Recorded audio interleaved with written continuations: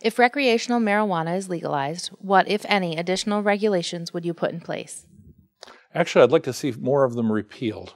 And I want to shift just slightly off this in that I want to make sure we understand that I and nobody in my party believes in irresponsible use of marijuana any more than we would believe in irresponsible use of alcohol or any other substance. But, you know, for someone who's somewhat of a Boy Scout on this, having never smoked marijuana or really had any interest in doing so, it's been a real learning curve for me, learning about the entire culture of marijuana and its history and how did it get to where we are.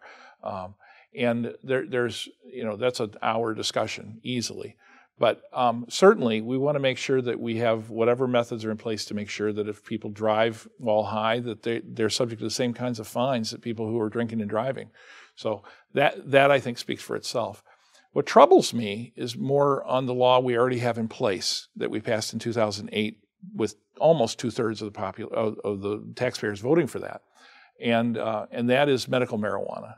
And I've learned an awful lot about people who have these needs. And right now, caregivers are going through a terror of the new regulations that they're trying to put in place to make sure that people aren't handling. And most of the people in the administration who know nothing about these plants, trying to regulate CBD oil as the same as marijuana is just foolhardy.